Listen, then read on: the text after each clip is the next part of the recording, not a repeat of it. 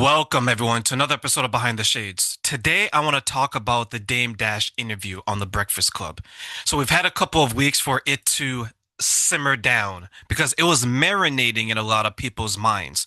And there's a few things that he discussed where I agree with him. And one of the things I agree with him is the representation of masculinity in the public eye, because masculinity looks different to different people, to different cultures, to people of different backgrounds.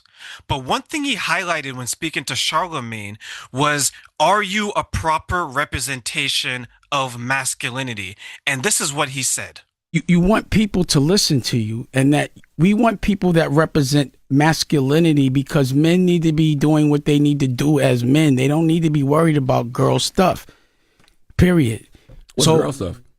Talking about people that aren't in the room, that don't have anything to do with them, saying things confidently in front of millions of people and not saying anything.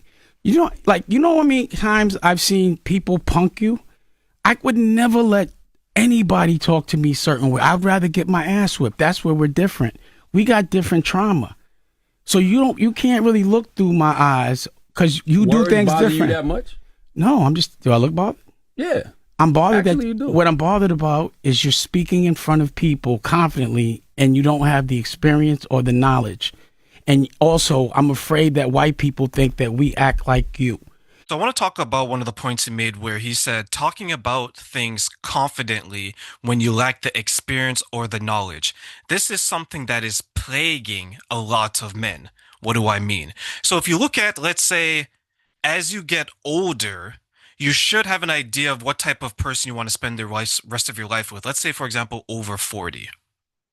You should know what you're looking for in a partner. But some people will give you advice on how to find a relationship, how to live life over 40, how to rebuild over 40. And that same advice is not turning into success for them. You have chronically single people telling everybody in the world how to get married. But no one is asking them, why isn't the advice that they're able to give working to get them the result that they say can get the results for everyone else? And a second thing is how he is viewed. It is a man's responsibility to create an image of himself as a provider, as a protector, and someone that understands how important he is in the lives of his children, his family.